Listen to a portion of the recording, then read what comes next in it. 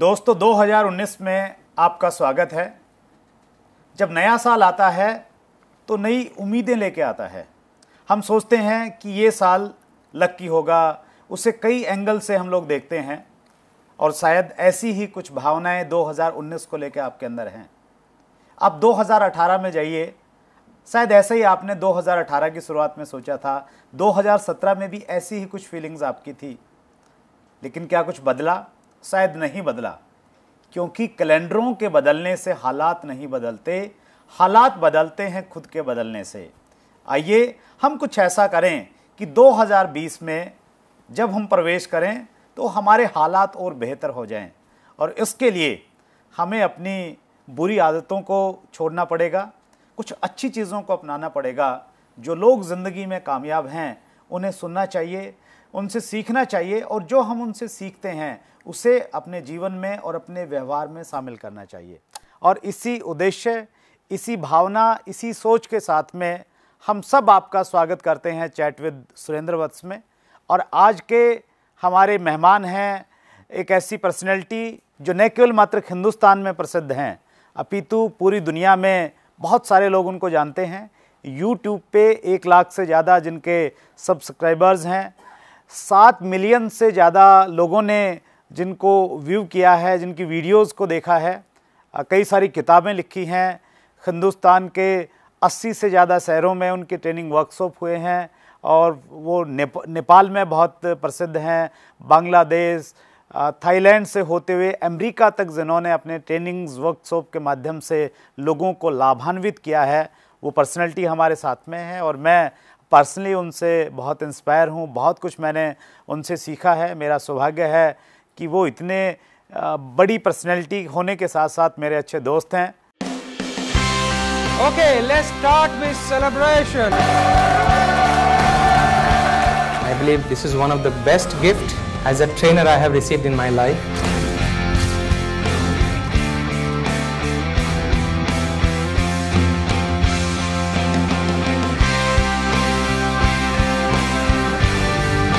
First thing, my dear Europeans, for you, let's start respecting our body.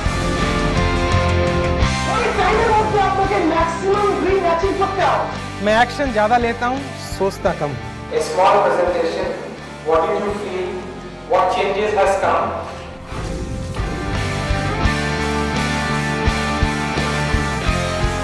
I'm extremely happy. Thank you very much.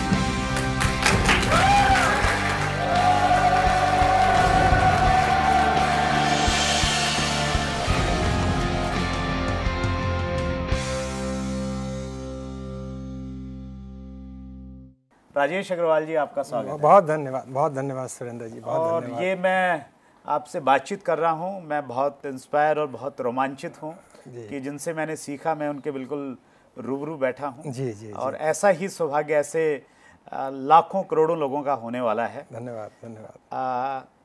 आपको हम सब लोग YouTube पे सुनते हैं, बहुत सारे लोगों ने शायद आपको लाइव भी सुना होगा। आपकी जो ये यात्रा है, मैंने आपके बारे में पढ़ा कि कलकत्ता से आपने एक मध्यम वर्गीय परिवार से अपना सफ़र शुरू किया जी। और ये जो आपकी यात्रा है, फर्श से अर्श तक की यात्रा, जी। क्या ये आसान थी? सबसे पहले तो सुरेंद्र जी मैं धन्यवाद देना चाहूँगा आपको। आपने मुझे अवसर दिया आपके शो में आने के लिए, और बहुत बहुत मुबारक हो इस शो के लिए। और मैं ईश्वर से प्रार्थना करता हूँ कि ये शो बहुत कामयाब हो। Thank you sir. जहाँ तक मेरा प्रश्न है, मैं एक मिडिल क्लास फैमिली से आता हूँ। मैं मेरे फादर यूपी से हैं। 1967 में वो कोलकाता चले गए थे। मेरा जन्म कोलकाता में ही हुआ। अच्छा। पैदाइश, परवरिश, पढ़ाई लिखाई सब कोलकाता में ही हुई।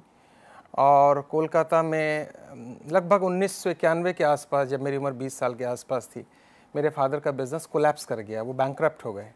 तो हमें ओवरनाइट कोलकाता छोड़ के भागना पड़ा, क्योंकि फादर की लाइफ थ्रेटनिंग पे थी। और यहाँ आते ही 6 महीने में उनकी डेथ हो गई दिल्ली में। तो मुझे याद है पालिका बाज़ार में मैं हैंगर लगा के मैंने अपना करियर शुरू किया था। अच्छा। मैं टी-शर्ट्स के हैंगर लगाता था, और मेरा एक जुनून था लोगों से मिलना, लोगों से बात करना, पैशन था, ये बात करना एक पैशन था। तो धीरे धीरे यात्रा बढ़ी, घर की जिम्मेदारी आई, और उसके बाद मैंने 2-4 नौकरियां बदली। मैंने 1993 में एक बहुत बड़ी कंपनी MNC कंपनी में नौकरी ज्वाइन की। वहाँ मैंने बात करने के सलीके, तरीके, फ़न, हुनर जो भी आप कहें सीखे। वहाँ मुझे एक ट्रेनिंग मिली, पर्सनालिटी डेवलपमेंट ट्रेनिंग मिली।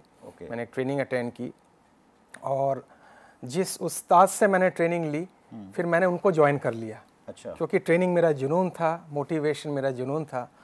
और 1993 से मैं ट्रेनिंग के फील्ड में आ गया और 1997 से मैं ट्रेनर बन गया। तो मैंने अपनी जो है 20 साल की यात्रा आपको 2 मिनट में प्रेजेंट की, बट अगर और समय मिलता तो फिर मैं आपको और भावनात्मक तरीके से बता पाता। ये मेरी जर्नी रही। बहुत खूब सर। आप जैसे जो महान लोग हैं उनकी विशेषता यही होती है कि वो गागर में सागर भर देते हैं। Thank you. और देखिए, आपको जो बहुत सारे लोग फॉलो करते हैं, शायद बहुत सारे कॉर्पोरेट में आप ट्रेनिंग देने जाते हैं, लेकिन मेरा ये मानना है जो नेटवर्क इंडस्ट्री से जुड़े हुए लोग हैं जी जी जी, वो आपकी एक बहुत बड़ी फ़ैन है। हम लोग आपस में बातचीत करते हैं और बहुत सारे लोग ऐसे मिलते हैं कि मैं निराश था, राजेश अग्रवाल जी को मैंने सुना और एकदम मैं खड़ा हो गया। जी जी जी। तो आज डायरेक्ट सेलिंग इंडस्ट्री को लेके लोगों में बड़ा उत्साह है। हम फिक्की की रिपोर्ट देखते हैं या KPMG ने जो आंकड़े दिए हैं उनको देखते हैं, तो हम ये पाते हैं कि इंडस्ट्री हिंदुस्तान में बहुत तेज़ी के साथ में बढ़ने वाली है। आज यंगस्टर्स नौकरी ज्वाइन नहीं करना चाहते हैं। वो बहुत सारे तो ऐसे हैं कि वो स्टडी कंप्लीट करते हैं या स्टडी के साथ साथ में डायरेक्ट सेलिंग इंडस्ट्री में आ रहे हैं जी। तो क्या वो सही कर रहे हैं? आपको क्या लगता है हिंदुस्तान में डायरेक्ट सेलिंग इंडस्ट्री का भविष्य क्या होने वाला है? बहुत अच्छा प्रश्न पूछा है और आपने मेरे दिल के सबसे करीब जो प्रश्न है वो पूछ दिया है। मेरी डायरेक्ट सेलिंग इंडस्ट्री से इंटरेक्शन 93-94 के आसपास ही हुई थी। अच्छा। जब मैं नौकरी के साथ साथ कोई पार्ट टाइम बिजनेस खोज रहा था और पहली बार मुझे पता पड़ा कि 9 से 5 आप पेट के लिए काम कीजिए और 5 से 9 अपने सपनों के लिए काम कीजिए। अच्छा, मींस पार्ट टाइम कीजिए। पार्ट टाइम, क्योंकि इसकी शुरुआत पार्ट टाइम ही होती है नॉर्मली। राइट। तो एक समय ऐसा आएगा कि फुल टाइम आपका पार्ट टाइम जो है वो फुल टाइम बन जाएगा। अच्छा। और फुल टाइम को फिर रखना या नहीं रखना ये आपके ऊपर है। तो 93-94 मींस ये तो वो टाइम होगा जब शायद इंडिया में डायरेक्ट सेलिंग की शुरुआत थी। एक आध कंपनी की। हाँ, जो भी बड़े नाम हैं उन्हीं के साथ मैंने सीखा, समझा, इंटरेक्ट किया, उनके लीडर से इंटरेक्ट किया और मेरा मेन फोकस सीखने में ज़्यादा रहा। पैसे कितने कमाए उस पर मैं नहीं आना चाह रहा हूँ, बट मुझे लगता है अगर लर्निंग ठीक है तो अर्निंग ठीक हो जाती है। और आप इस इंडस्ट्री से हैं, आप मुझसे ज़्यादा जानते हैं इस बारे में। तो लेकिन जो कॉन्सेप्ट था वो बड़ा मज़ेदार था कि एक दिन ऐसा आएगा कि पार्ट टाइम की इनकम फुल टाइम की नौकरी से ज़्यादा हो जाएगी। अच्छा। ये लाइन जो है ना, इससे मुझे सबसे ज़्यादा अपील किया, क्योंकि किसी ने कहा है नौकरी जो है बढ़िया तरीका है किसी के सपनों को ख़त्म करने का। अच्छा, क्या बात है। बहुत खूब। और ये पार्ट टाइम बिजनेस या नेटवर्क मार्केटिंग बिजनेस वो है कि धीरे धीरे आप अपना नेटवर्क बढ़ाते हैं, अपनी टीम बढ़ाते हैं और धीरे धीरे आपकी इनकम राइज करनी शुरू हो जाती है। तो मैं इस इंडस्ट्री से बहुत करीबी से जुड़ा रहा। अब 2017-18 से मैंने ये मिशन लिया है कि मैं इस इंडस्ट्री के साथ लाखों, हज़ारों, करोड़ों लोगों को जोड़ पाऊँ, जो लोगों के अंदर गलत फहमियाँ हैं वो दूर कर पाऊँ। क्योंकि आप भी मानेंगे मार्केट में कुछ ऐसे लोग आए, ऐसे प्लेयर्स आए जिन्होंने इस अच्छी इंडस्ट्री को ख़राब किया है। तो हमारे जैसे लोगों का फ़र्ज़ बनता है कि इसकी सच्चाई दिखाएं, इसकी गहराई दिखाएं। आपने कहा अभी KPMG की रिपोर्ट, फिक्की की रिपोर्ट, अब जानकारी कहते हैं कि 1.5 लाख करोड़ का व्यापार ये करने वाली है 2025 तक। तो मैं यकीन माने मेरा 90% फोकस अब डायरेक्ट सेलिंग इंडस्ट्री पे है, ताकि मैं लोगों को ट्रेन कर पाऊँ, उनको ज़ीरो से हीरो बना पाऊँ। तो इस इंडस्ट्री से मैं बहुत करीब से जुड़ा हुआ हूँ। चलिए सर, ये तो इंडस्ट्री का सौभाग्य है कि आप जैसी शख्सियत अगर इतना सारा टाइम इस इंडस्ट्री को देना जा रही है तो नेचुरली ये ग्रो करेगी। जो लगभग 25 साल का आपका अनुभव रहा इस इंडस्ट्री में, तो ऐसी कौन सी चीज़ है जो आपको लगता है कि ये इस इंडस्ट्री का इतना खूबसूरत पहलू है कि बस इसी को करना चाहिए? 4-5 चीज़ें हैं, मैं एक एक करके इस पे आऊँगा। हाँ जी। पहली तो बात यह है कि इसमें आप ऑर्गेनाइजेशनल स्किल सीखते हैं। अच्छा। क्योंकि आपको ऑर्गेनाइजेशन बनानी पड़ती है। हाँ। हर व्यक्ति का अलग मूड है, बिहेवियर है, तरीका है, तो आपको हज़ारों लाखों लोगों को मैनेज करना पड़ता है। तो उनके मूड को मैनेज करते करते आप एक स्टेबल पर्सनैलिटी हो जाते हैं। Great. तो पहला ग्रोथ तो आपका होता है जी। तो किसी ने कहा है अमीर बनना ज़्यादा इंपॉर्टेंट नहीं है, अमीर बनने की यात्रा में आप कैसे इंसान बने ज़्यादा इंपॉर्टेंट है। बहुत खूब, क्या बात। तो इसमें आप कैसे इंसान बनते हैं ये सबसे, आपका पेशेंस लेवल बढ़ जाता है, आपके अंदर धैर्य आ जाता है, स्टेबिलिटी आ जाती है। तो ये तो हो गई पर्सनल ग्रोथ की बात। दूसरी देखिए, इसमें जहां आप कोई बड़ी कंपनी की फ्रेंचाइजी लें तो लाखों करोड़ों पे आपको देने पड़ेंगे। अपना ऑफिस रखना पड़ेगा, स्टाफ रखना पड़ेगा, इन्वेंट्री रखनी पड़ेगी। इसमें लगता क्या है, एक छोटी सी इन्वेस्टमेंट होती है जो आपको करनी पड़ती है। इन्वेस्टमेंट भी क्या, कमिटमेंट की इन्वेस्टमेंट, अच्छा, टाइम की इन्वेस्टमेंट, और जो आप प्रोडक्ट लेते हैं उसकी इन्वेस्टमेंट, और धीरे धीरे टीम के द्वारा आप अपने बिजनेस को ग्रो करते हैं। ना आपको कोई अकाउंटेंट रखने की ज़रूरत है, ना कोई स्टॉक रखने की ज़रूरत है, ना कोई ऑफिस खोलने की ज़रूरत है। और इतनी मिनिमम इन्वेस्टमेंट पे आप, जो आपने वर्ड यूज़ किया कि ज़मीन से आसमान तक की यात्रा तय करते हैं, तो मुझे ये सबसे ज़्यादा अट्रैक्टिव पॉइंट लगा इसका। तीसरा, आप देखें कि अगर हम पैसे कमाने के साइंस को देखें तो एक आदमी अपनी ज़िंदगी में अगर 40 साल काम करता है, ये साइंस बड़ा पुराना है, और अगर वो एवरेज मान लीजिए साल का 6 लाख रुपए भी कमाता है, तो जानकार कहते हैं 40 साल में 2 करोड़ 40 लाख रुपए कमाता है। बिल्कुल सही। लेकिन वही अगर उसकी टीम बन जाती है तो वो 50,000 रुपए रोज का इंसान बन जाता है, क्योंकि उसकी उसी टाइम में लाखों लोग काम कर रहे हैं। तो जानकार कहते हैं अगर पैसे कमाने हैं ज्यादा तो समय को मल्टीप्लाई करना पड़ेगा। ये टाइम मल्टीप्लिकेशन का कॉन्सेप्ट इसी इंडस्ट्री में है। तो ये 3 चीजें हैं जिससे मुझे सबसे ज्यादा अट्रैक्ट किया। बहुत बढ़िया सर, हमारे व्यूअर्स को निश्चित रूप से इससे लाभ मिलेगा। आज बहुत सारे लोग हैं सर, वो बिल्कुल कमिटेड हैं इस इंडस्ट्री को लेके और बिल्कुल करना चाहते हैं, लेकिन जब वो यात्रा शुरू करते हैं, नेटवर्क बनाते हैं, जैसा आपने कहा अलग अलग तरह लोगों से मिलना होता है, तो सक्सेस उनको उतनी जल्दी नहीं मिलती जितनी उन्होंने उम्मीद की थी कि इतने टाइम में मैं इस लेवल पे पहुंच जाऊंगा। जब ऐसी स्थिति से हम गुजरते हैं तो उस समय क्या करें कि हम लोग हिम्मत नहीं हारें और पेशेंस के साथ में आगे बढ़ते रहें? सबसे पहले बात है, ओवरनाइट सक्सेस किसी काम में नहीं है जी। तो होता क्या है, जब कोई अनट्रेंड व्यक्ति आ जाता है, उसके दिमाग में रहता है आज रात से ही मुझे पैसे कम आ जाएं, और आप मुझसे अच्छे जानते हैं कि एक रात में पैसे नहीं आते हैं। तो जहां सबसे बड़ी भूल करते हैं लोग वो है लर्निंग के मामले में, अच्छा, ट्रेनिंग के मामले में, सीखने। हम पहले ही सिखाने में लग जाते हैं, हमें ये नहीं पता होता किससे क्या बोलना है, क्या बात करनी है, कैसे बैठना है, कैसे शुरुआत करनी है। वो सीधा बोल देते हैं ये कंपनी है, ये प्लान है, तुम मेरे साथ आ जाओ। ऐसे कोई नहीं आने वाला है। हमने सालों किसी से मुलाकात नहीं की, अचानक हम उसको बिजनेस का प्रपोजल देते हैं तो कभी नहीं आएगा। तो पहले तो उससे रिश्ता बनाओ ना, पहले तो उसको अपना बनाओ ना। देखिए आप जानते हैं 90% पहले रिश्ता बिकता है, बाद में बिजनेस होता है। बिल्कुल सही है। आज हमारे और आपके रिश्ते सालों पुराने हैं, और मेरे को जहां तक याद आता है हमने कोई बिजनेस नहीं किया है, तो हमारा रिश्ता ही तो है, और वो रिश्ता यहाँ पे हम दोनों को लेकर आया है। तो ये रिश्ता को हम छोड़ देते हैं, पैसे को पहले प्रायोरिटी दे देते हैं। और एक रिसर्च ये बताती है कि 4 बार अगर किसी ने ना बोल दिया तो ये आदमी इस बिजनेस को छोड़ देता है। अच्छा, एक रिसर्च है ये कि 94% लोगों का छोड़ने का जो कारण है, 94% वो है 4 बार ना सुनने के बाद खत्म, बेकार इंडस्ट्री है, कुछ नहीं होगा। और हम मानते हैं पहले 20-21 ना तो आने ही चाहिए, क्योंकि जितने ना आएंगे उतना आप हाँ के लिए तैयार होंगे। तो मैं एक एग्जांपल अक्सर देता हूं, आपने देखा होगा टेली कॉलर सुबह फोन करती है, भाई लोन चाहिए, और हम उनको उल्टी पुल्टी बात बोल देते हैं। आप हैरान होंगे, आपकी ना पर उसको तालियां मिलती हैं। अच्छा, वहां पे नियम होता है कि भाई 10 लोगों से अगर ना सुन लिया तो तुम्हें लंच फ्री मिलेगा। क्या बात कर जी जी जी। अच्छा, 9 तक तो ना मिलता है, 10वें में हाँ हो जाता है। ये तो बहुत अच्छी बात। अच्छा, तो मतलब वो जो हाँ है उसके लिए परेशानी का कारण बन जाता है। उसने अपने ना को एक खेल में कन्वर्ट कर लिया। ग्रेट। तो अगर इस प्रोसेस से चलेंगे, एक तो लर्निंग, एक पेशेंस, एक रिश्ता बनाना, और एक ना बड़ा नेचुरल प्रोसेस है। वो ना आपको नहीं कर रहा है, किसी ने उसको धोखा दिया होगा उसके लिए वो ना कर रहा है।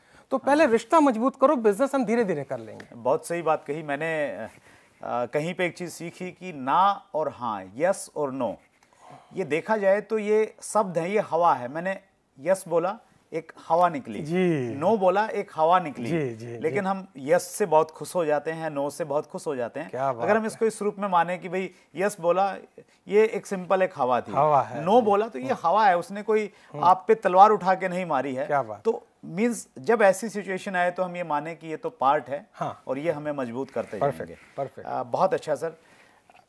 एक सफल इंसान होने के लिए एक व्यक्ति ने अपना लक्ष्य निर्धारित कर लिया है कि मैंने जिंदगी में ये प्राप्त करना है, क्लैरिटी आ गई है उसमें, ऐसा क्या करे कि वो सफल जल्दी से न हो, कोई बात नहीं है, लेकिन ये तय हो कि उस रास्ते पे चल के उसे निश्चित रूप से सफलता मिलेगी? बड़ा अच्छा प्रश्न पूछा है सुरेंद्र भाई आपने। मैं थोड़ा सा इसको, बस मुझे इजाजत दें आप, पहले तो मैं सफलता पे बात कर लूं, फिर मैं उसके रास्ते की बात करता हूं। देखिए, मैंने एक बाथरूम में गाना गाया, और गाना गा के मैं कहूं जी मैं बहुत सफल हूं, ये सफल नहीं हूं, मेरी उपलब्धि है, सफलता नहीं है ये। अच्छा। जब मेरी उपलब्धि लोगों के द्वारा अप्रिशिएट होती है, जब मैं डिमांड में आ जाता हूं अपने किसी हुनर के लिए, तो मैं सफल हुआ। That's great. एक तो ये पार्ट है सफलता का। दूसरा, अंधेरे में तीर चलाने से काम नहीं चलेगा। तो हम अपनी ट्रेनिंग में अक्सर ये बात करते हैं, जब मैं ट्रेनिंग देता हूं, कि देखिए आजकल मोटिवेशन तो भरती है, यूट्यूब पे भी भरती है, आप जानते हैं। अब उसको अदरवाइज ना ले, लेकिन मैं मजाक कर रहा हूं इस वक्त। प्लीज। मोटिवेशन एक गधे को भी किया जा सकता है, ज्यादा से ज्यादा वो मोटिवेटेड गधा होगा। इसको और ज्यादा कुछ उल्टा पुल्टा काम करेगा। हाँ, लेकिन मोटिवेशन के साथ अगर एजुकेशन नहीं है सुरेंद्र भाई, तो डिजास्टर हो जाएगा। तो मैं अगर किसी को मोटिवेट कर रहा हूं, तो पहले तो मुझे निखारना पड़ेगा इसकी स्ट्रेंथ क्या है, इसकी वीकनेस क्या है, ये किस दिशा में जा सकता है, कितना इसमें दम है, कितना दम भरना पड़ेगा। तो एक तो हो गया एजुकेशन, और एक उसकी दिशा। अगर मैं मोटिवेटेड भी हो गया और मेरी दिशा ठीक नहीं है, तो मैं पश्चिम में जाके पूरब से सूरज कैसे उगा दूंगा? मींस पहले उसको सही डायरेक्शन में, सही रास्ते पे लाना है, और उसके बाद उसको मोटिवेट करना है, ताकि वो स्टार्ट हो तो सही दिशा में आगे बढ़े। बिल्कुल। और जो आपने नेटवर्क मार्केटिंग की बात की, उसमें दिक्कत यही है कि जब हम किसी को चेक दिखाते हैं, इंस्पायर करते हैं, मोटिवेट करते हैं, म्यूजिक के द्वारा उसके दिमाग को बदलते हैं, तो फर्ज ये भी बनता है, ये मेरे भरोसे आया है, इसकी स्ट्रेंथ को देखते हुए कैसे मैं इसको आगे ले जाऊं। तो एक अपलाइन का, कोच का, मेंटर का सबसे बड़ा स्ट्रेंथ है प्रॉपर चार्ट देना, सक्सेस की प्रॉपर स्टेप देना, तब वो अच्छे से सही दिशा में जा पाएगा। तो सक्सेस को, आपकी बात को अगर हम समराइज करें, तो सक्सेस में दो चीज हैं, सही सोच और सही दिशा is equal to success. Right. सही सोच अच्छी की हो और सही दिशा हो। राइट। तो इसमें अगर हम लोग देखिए, इस इंडस्ट्री में जब हम कामयाब कैसे होना उसकी बात करें, तो बहुत सारी चीज़ें बताई जाती हैं कि भाई यहाँ पे कुछ बेसिक्स हैं, कुछ कोर स्टेप्स हैं, कुछ कार्डिनल रूल्स हैं, तरह तरह के कुछ सिस्टम्स हैं। अगर उन सब में से निकाल के आपके अनुभव के आधार पे अगर हम 2-3 चीज़ें माने कि एक व्यक्ति को अगर सफल होना है अपनी कंपनी में, जो उनका हाईएस्ट लेवल है उस तक पहुंचना है, तो ऐसे कौन से 2-3 काम आप मानते हैं एज ए नेटवर्कर उस व्यक्ति को करने चाहिए? पहला तो मनोवैज्ञानिक कारण ले लेते हैं, जबरदस्त पैशन। अच्छा। जैसे आपका पैशन, आपने ये प्रोग्राम शुरू किया पैशन से तो किया कि लोगों का कल्याण हो, भला।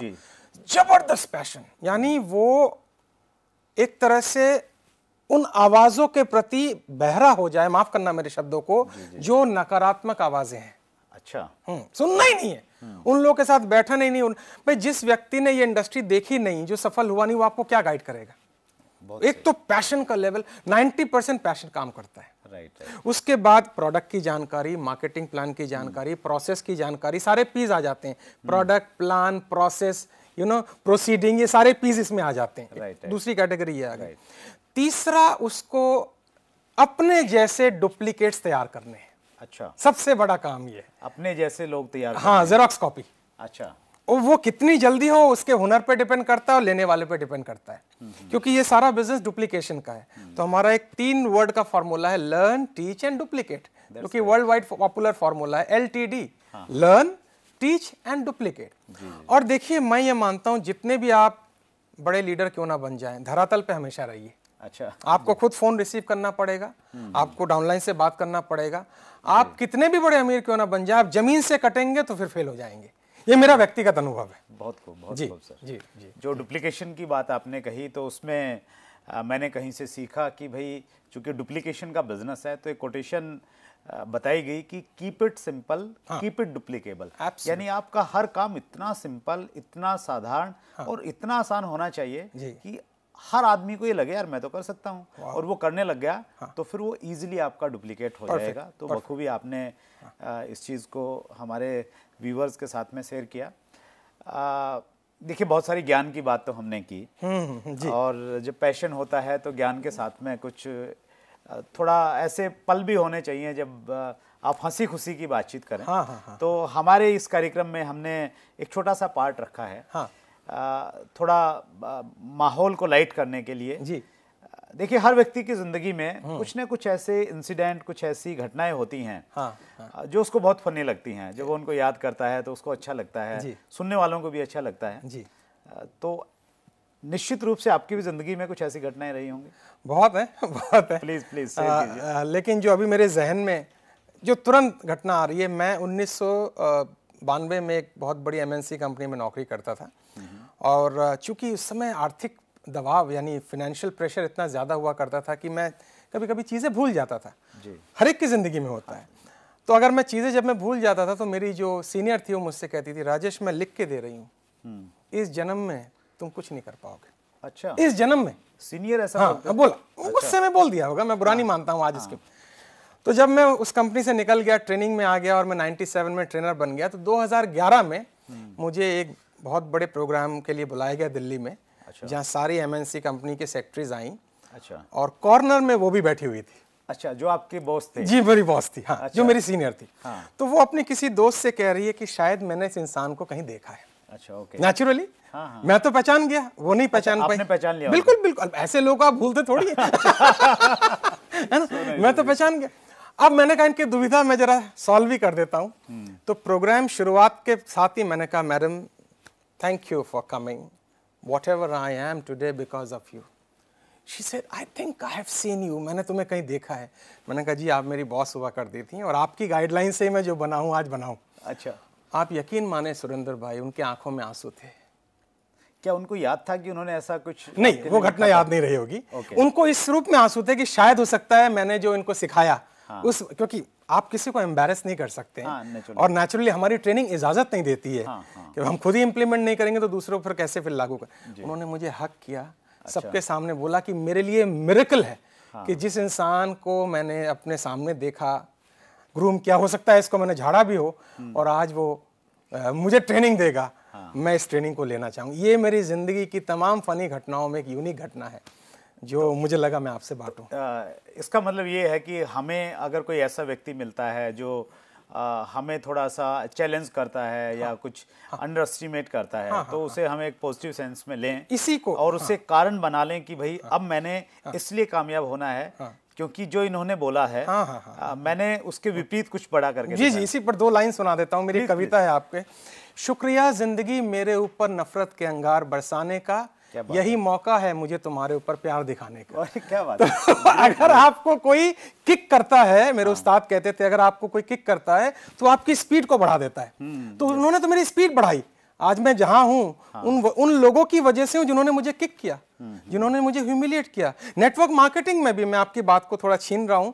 नेटवर्क मार्केटिंग में भी मैं इसलिए आया क्योंकि लोगों ने कहा कि राजेश जी मोटिवेशन देना बड़ी अलग बात है, लेकिन नीचे उतर के काम करना अलग बात है। मैंने कहा उतर के देखते हैं। करियर के इस पड़ाव पे मैं नेटवर्क मार्केटिंग में उतरा केवल इसलिए कि मैं देखता हूं मैं जो बोलता हूं और जो लोग करते हैं इसमें फर्क है या नहीं है। और मैं शुक्रिया अदा करता हूं उस इंसान का जिसने मुझे चैलेंज किया, और मैं इसलिए इस इंडस्ट्री को इतना प्यार करता हूँ। बहुत खूब जी। आपने 2 लाइनें सुनाई, लेकिन 2 लाइनों से हमारी जो इच्छा है वो और बढ़ गई है। मैंने बहुत बार YouTube पे आपको कविता सुनाते हुए सुना है। आप लिखता भी बहुत अच्छे हैं जी। मैंने तो अच्छा मौका है सर हमारे व्यूवर्स को आप कुछ वो कविता जो आपके दिल के बहुत नजदीक है। और ये यकीन माने सुरेंद्र भाई, ये मेरी कविता कितने सारे हमारे नेटवर्क मित्रों ने अपनी अपनी वीडियोस बना के सुनाई है। अच्छा। और मुझे खुशी है कि वो मेरा नाम लेते हैं कि हमने, तो ये सबसे करीब है मेरे, जो हमारी इंडस्ट्री के लिए भी बिल्कुल फिट बैठती है कि मेरी हालात पर हंसने वाले ये ना सोच लें कि मैं कमज़ोर हूँ। अच्छा, क्या बात है। मेरी हालात पर हंसने वाले ये ना सोच लें कि मैं कमज़ोर हूँ, ये तो बस वक्त की बात है, कभी दिन है तो कभी रात है। बहुत खूब। भाई जब आपको रिस्पांस नहीं मिलता है तो कमज़ोर ना पड़े, ये तो बस वक्त की बात है। कभी दिन है तो कभी रात है, और अभी सूरज निकलना बाकी है, चिड़ियों का चहकना बाकी है, क्या बात है, और मुर्गे का बांक देना भी बाकी है। और इस काली रात के पीछे उजाले की किरण मुझे दिखाई दे रही है, जो धीरे से मुस्कुराते हुए मुझसे कह रही है, हिम्मत ना हारना, मैं आ रही हूँ।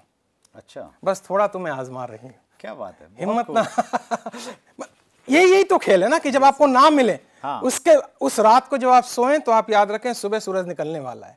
हिम्मत ना हारना, मैं आ रही हूँ, बस थोड़ा तुम्हें आजमा रही हूँ। याद रखना, हम अपने तमाम में नेटवर्क मार्केटिंग के एसोसिएट्स को कहना चाहूँगा, पूरे वर्ल्ड में कहीं भी हो, याद रखना रास्ता कितना भी कठिन हो पर सच्चाई का साथ ना छोड़ना, और तूफान कितने भी आ जाएं पर अपने सिद्धांतों को ना छोड़ना। क्या बात। मेरी हालात पर हंसने वाले ये ना सोच लें कि मैं कमज़ोर हूँ, ये तो बस वक्त की बात है, कभी दिन है तो कभी रात। ये कविता आप, मुझे लगता है कि आपने नेटवर्क मार्केटिंग के जो स्ट्रगल करने वाले जो हमारे जो मित्र हैं उनके लिए उनको ध्यान में रख के आपने बनाई। बिल्कुल बनाई है, क्योंकि मैं उनकी तकलीफें देखता हूँ। उनकी तकलीफ़ें देखता हूँ और शायद आज उनको हम और मदद कर पाएँ। मैं 2 लाइनें कहना चाहूँगा और आपको समर्पित करना चाहूँगा इतनी अच्छी कविता के लिए प्लीज़ प्लीज़। कि होके यो मायूस आंगन से ना उखाड़ो पौधे। How beautiful. ओके कि होके यो मायूस आंगन से ना उखाड़ो पौधे, जी। धूप बरसी है हाँ। तो बारिश भी यहीं पर होगी। क्या बात है सुरेंद्र, मान धूप बरसी है तो बारिश भी यहीं यहीं पर होगी, यहीं पर होगी। जी बहुत खूब राजेश जी, आपने बहुत सारी चीज़ें हमारे दर्शकों को बताई और ये मेरे लिए बहुत अच्छी न्यूज़ है, हमारे डायरेक्ट सेलर्स के लिए बहुत अच्छी न्यूज़ है कि आप अपना 80-90% टाइम अभी आप डायरेक्ट सेलिंग इंडस्ट्री को दे रहे हैं। बिल्कुल, बिल्कुल। हम सब लोग इससे लाभान्वित होंगे और जो इस कार्यक्रम के पीछे जो उद्देश्य है वो यही है कि आज देखिए बहुत सारी कंपनियां हैं, बहुत अच्छे तरीके से काम कर रही हैं, लेकिन सभी कंपनियां अपने एक दायरे में रहती हैं। वो अपने लीडर्स को तो सुनती हैं, लेकिन जो दूसरे कंपनी के अचीवर्स हैं, दूसरी कंपनियों के अचीवर्स हैं और आप जैसे जो बहुत प्रख्यात ट्रेनर्स हैं उनको वो नहीं सुन पाते हैं। तो इस कार्यक्रम में हमारा यही प्रयास है कि हम सब एक मंच पे आएँ और सभी लोग सभी को सुने, सबसे ज्ञान प्राप्त करें, किसी न किसी से कुछ रिलेट करें और हर जगह से अगर एक एक चीज़ हम लेंगे तो शायद हमारे पास में बहुत सारा खजाना आ जाएगा और हम उसको अगर अपने व्यवहार में शामिल करेंगे तो निश्चित रूप से हम अगले पायदान पे पहुंच सकते हैं। बिल्कुल। आपने समय दिया, आपने इतने सारे व्यस्तम समय में से, हम सब आपके बहुत बहुत धन्यवाद, बहुत धन्यवाद। Thank you very much. ये थे राजेश अग्रवाल जी, इंटरनेशनल मोटिवेशनल स्पीकर, ट्रेनर, जिनको बहुत सारे लोग फॉलो करते हैं। आपको आज का ये कार्यक्रम कैसा लगा, इसके लिए कमेंट सेक्शन में जाके अपने कमेंट दीजिए। इस चैनल को, इस वीडियो को आप लाइक कीजिए, सब्सक्राइब कीजिए और हमारे इस कार्यक्रम में जिन लोगों से आप मिलना चाहते हैं नीचे कमेंट बॉक्स में जाके उनका नाम लिखिए। हम प्रयास करेंगे अगली बार उन लोगों को जिनको आप सुनना चाहते हैं इस मंच पे हम लोग लेके आएँ। आप सबका बहुत बहुत धन्यवाद।